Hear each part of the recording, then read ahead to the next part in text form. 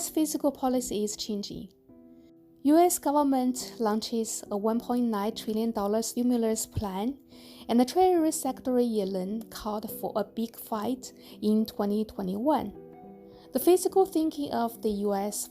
federal government has undergone a fundamental shift from a relatively conservative to a more radical functional basis. The changes are mainly reflected in three aspects.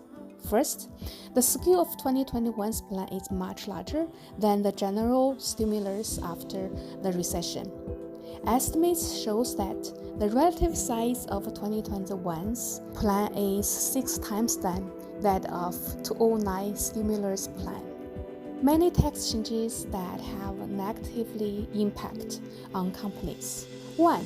C Corp's tax rate will increase from 21% to 28%. 2.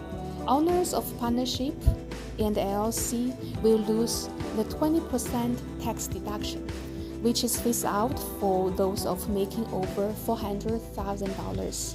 3. Tighten the deferred taxation of profits for overseas U.S. subsidiaries. 4.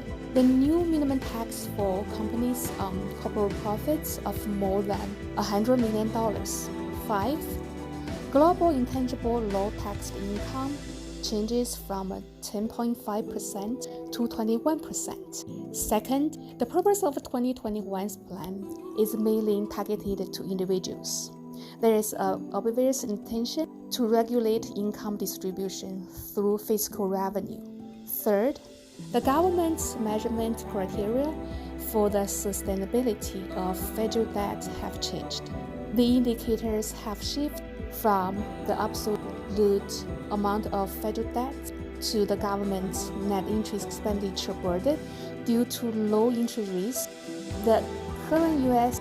federal interest expenditure per GDP ratio is less than 2%, which is lower than the fiscal balance in the 1990s.